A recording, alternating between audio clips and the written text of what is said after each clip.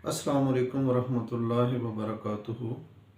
मैं उम्मीद करता हूँ कि आप दोस्त भी अल्लाह के फ़ज़ल से, अल्लाह की आफ़ियत से ठीक होंगे इंशाल्लाह। तो दोस्तों, आज हम बात करेंगे सब्र और शुक्र पे। हम अपनी ज़िंदगी पे एक नज़र दौड़ाएं तो हमें फ़ील होता है कि हम बहुत पीछे रह गए हैं। उसकी बेसिक वजह क्या होती है कि हम लोग दूसरों की ज़िंदगी को देखते हैं। आप यकीन जानिए कि हम जिन लोगों की नकल करते हैं, जिन लोगों पे हम देख देख के परेशान होते हैं, जिन लोगों के बारे में हम सोचते रहते हैं, जिन लोगों की वजह से हम डिप्रेशन में चले जाते हैं, बेसिकली उन फैमिलीज़ ने, उन लोगों ने, उनके वालिदैन ने, उनकी नस्ल ने बहुत मेहनत की होती है। बहुत पुराने वो लोग, आप कह लें कि कारोबार में लगे होते हैं। हम क्या करते हैं कि हम उनकी नई जनरेशन को देख के हम परेशान हो जाते हैं कि ये तो बहुत आगे चला गया, और आपकी मैक्सिमम अगर एज 25 साल है तो उस बंदे की 45 साल है, 40 साल है। तो हम देखते हैं कि हम लोग उसी की कॉपी करना चाहते होते हैं, लेकिन बहुत पहले।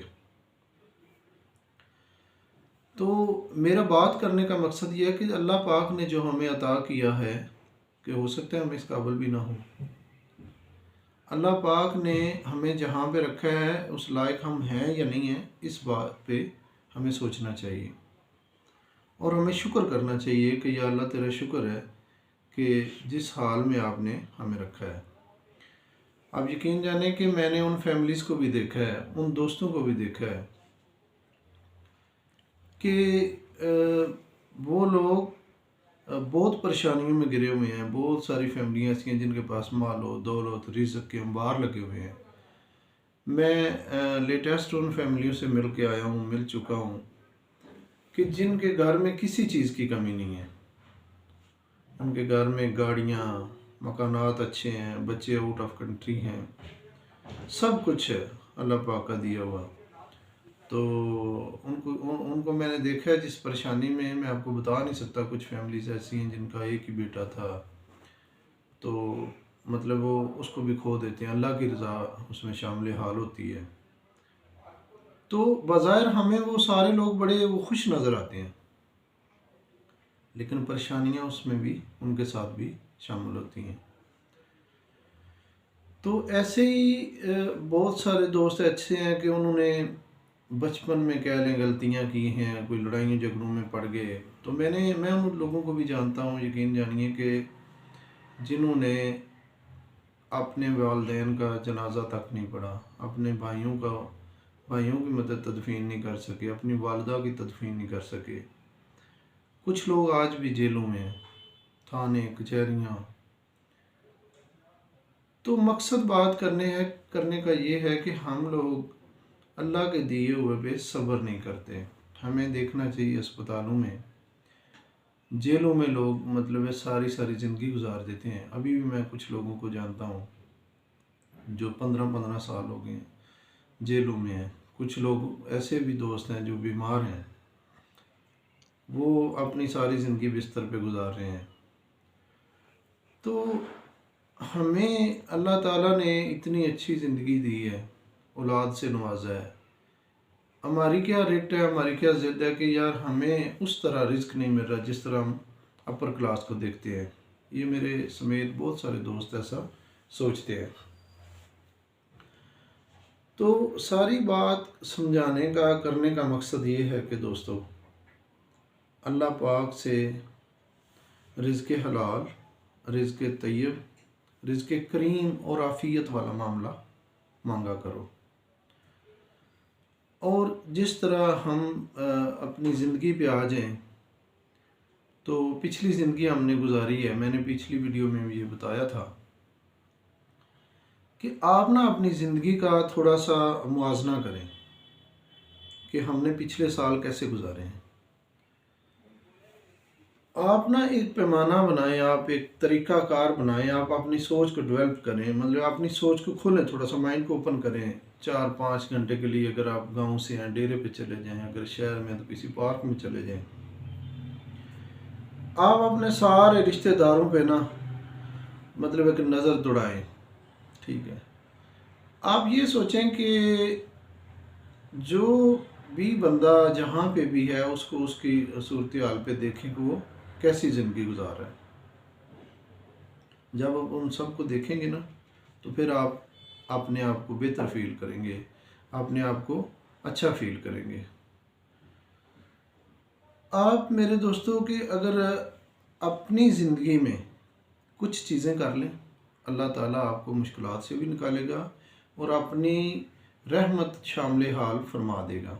मैं क्या बताना चाहता हूँ उसमें, नंबर एक पे सबसे पहले हम बहुत सारे ताल्लुकात बनाते हैं, बहुत सारी दोस्तियाँ पालते हैं, मेरे में भी इसमें शामिल हूँ। आप खुदा के लिए अपने वालिदैन को राज़ी करें, ये बहुत बड़ा मैंने आपको राज बताया है। अपने वालिदैन को अपना पीर व मुर्शद बनाएं, अपने वालिदैन को दोस्त बनाएं, हमराज बनाएं, फिर देखिएगा कि अल्लाह पाक की रहमत कैसे आप पे बरसती है। आप सारी दुनिया भी फतह कर लेंगे ना मेरे दोस्त, तो उसका कोई फ़ायदा नहीं। उसकी वजह क्या है कि उसमें अल्लाह पाक की रज़ा नहीं है। अगर आप खुश भी हैं, वालिदैन को नाराज़ करके तरक्की भी कर रहे हैं, तो आप यकीन जानिए वो तरक्की नहीं है, वो बर्बादी है आपके लिए।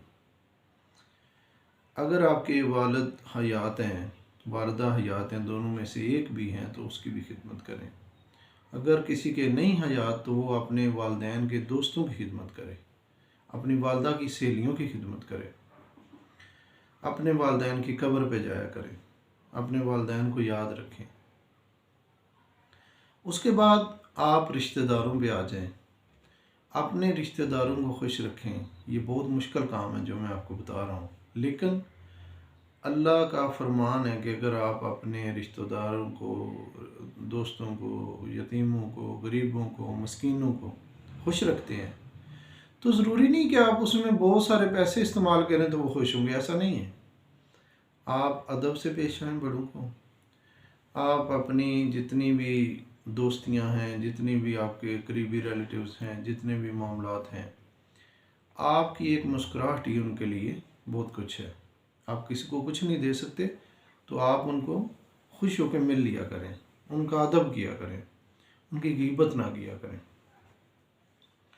उसके बाद आपका कारोबार है, आपकी जॉब है, आपके जो भी सिस्टम है, आप ना अपने मतलब मैं गरीब तो नहीं कह सकता, अपने करीबी महल्ले में, अपने गांव में, अपने इर्द गिर्द देखें, अपनी रोज़ी से उनको हिस्सा दें, यानी कि उनको खाना खिलाएं, किसी को कपड़े पहनाएं, किसी को जूते लेकर दें। ये छोटी छोटी खुशियाँ, तो आप देखिएगा आपके ऊपर कितना अल्लाह पाक रहम करता है।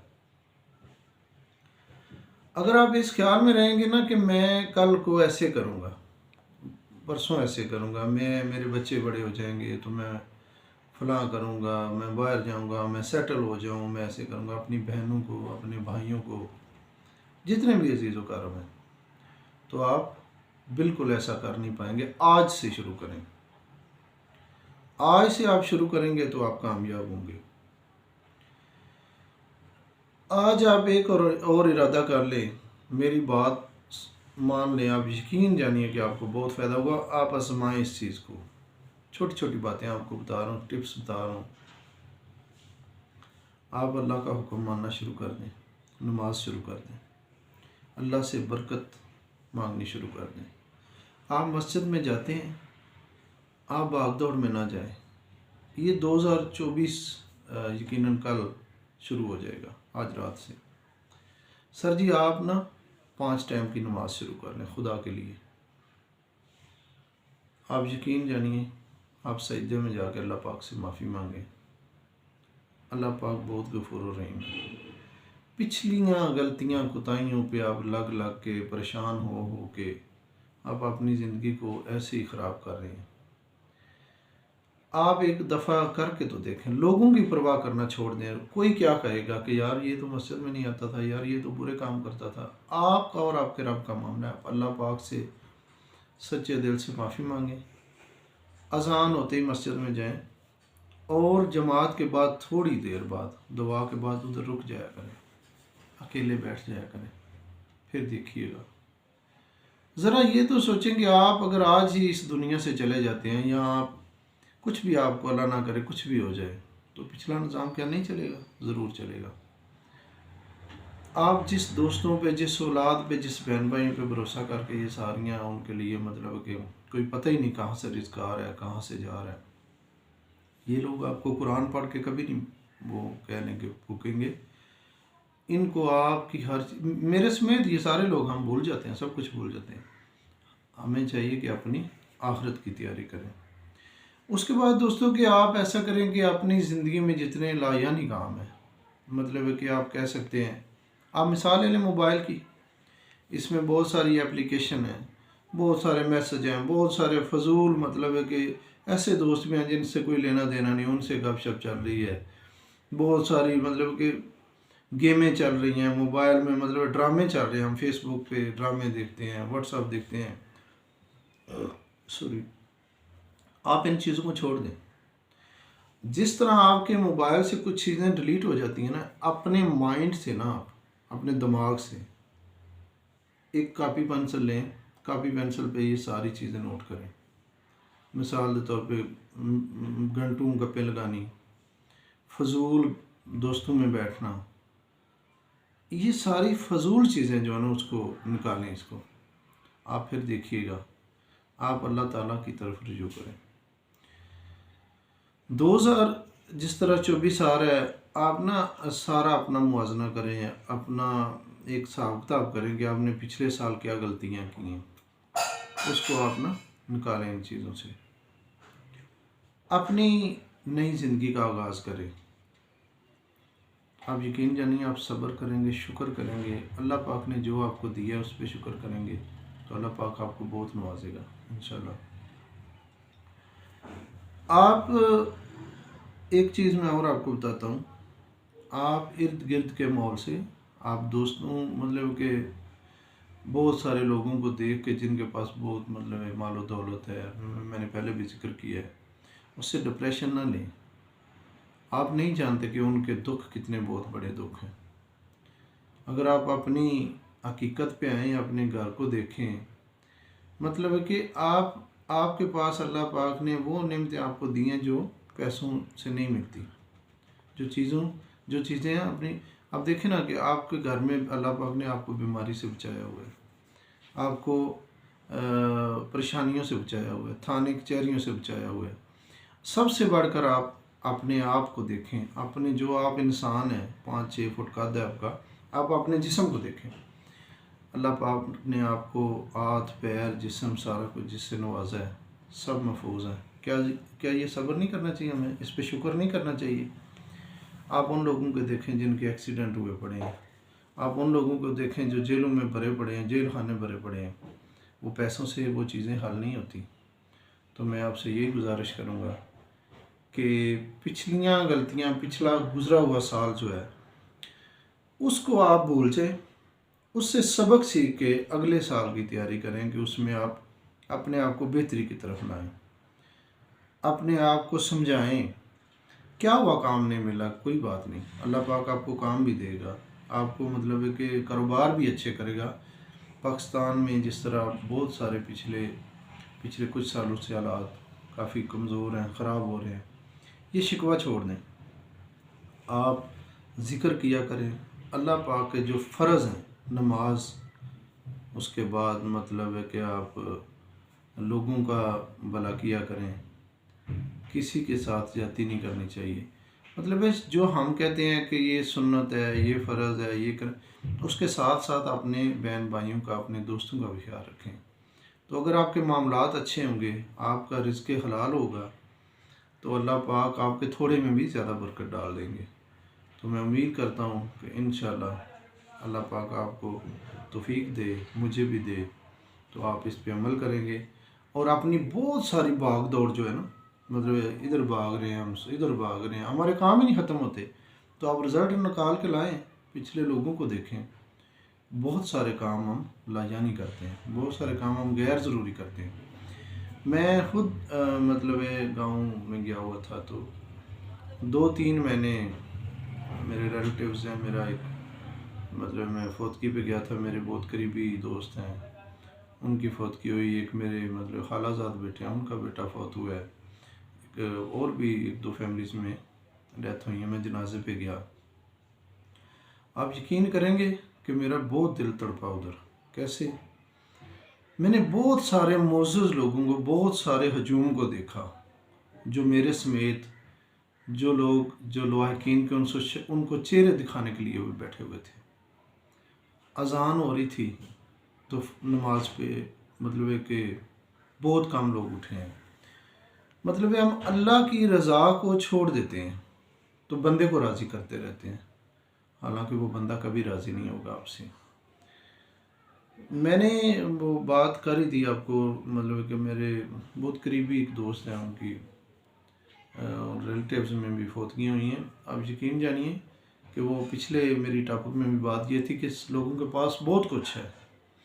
वो मेरे मतलब है कि कज़न के पास बहुत कुछ था, अभी भी है, लेकिन उसके पास एक ही बेटा था, तो वो अल्लाह को प्यारा हो गया। मेरा बात करने का मकसद ये नहीं कि सिर्फ मेरे साथ है, आप अपने रिश्तेदारों में सर देखिएगा, बहुत सारे दोस्त अब आप ऐसे हैं, बहुत सारे रिलेटिव्स ऐसे हैं कि उनके पास सब कुछ है, अगर औलाद ही नहीं है, आप इस बात पे आ जाएं, अगर औलाद ही सर्जी नहीं है तो वो सारा कुछ किसके लिए है। तो मेरा कहने का मकसद है कि आप थोड़े पे सब्र शुक्र करें, आप अल्लाह की रज़ा पे राज़ी हो जाएं। और कुछ समझ नहीं ना आती, आपको कोई समझ नहीं आती कि मेरे मसले हल नहीं हो रहे, मैं परेशान हूँ, आप दुरूद शरीफ का ज़िक्र जारी रखा करें और 2 रकत नमाज नफल आप पढ़ के अल्लाह पाक से बातें किया करें कि या अल्लाह मैं बेबस हूँ, मैं परेशान हूँ, ये सारे जंजलों से, ये सारी परेशानियों से अल्लाह पाक आपको निजात देंगे। और आप खुद करें, अपने आप कोशिश करेंगे तो होगा। मेरी इन बातों से अल्लाह करे किसी के दिल में ये बात उतर जाए। तो मैंने नमाज से बढ़कर और सब्र से बढ़कर कुछ नहीं सीखा। आप यकीन जानिए कि मैं ये बातें इसलिए कर रहा हूँ, पहले मुझे भी समझ नहीं आती थी, अब मैं देख रहा हूँ, अब मैं इन चीज़ों को परख रहा हूँ, बुज़ुर्गों की महफ़िल में जाता हूँ और लोगों के मसाइल को देखता हूँ, तो यकीन आता है ना कि वाकई ये सच है। आपके चाहने ना चाहने से कुछ नहीं होगा, होगा क्या जो मेरा रब चाहेगा, जो मेरा अल्लाह चाहेगा। तो इस बात को मैं क्लोज़ करता हूँ। मैं आपसे उम्मीद करता हूँ कि आप इंशाअल्लाह अल्लाह पाक से मदद मांगेंगे और सब्र और शुक्र और नमाज से मदद तलब करेंगे और दिखलावे की ज़िंदगी छोड़ दें, अपनी हकीकत पे आ जाएं। इंशाअल्लाह मंजिलें आसान हो जाएंगी। जज़ाकल्लाह, थैंक यू सो मच। अल्लाह हाफ़िज़।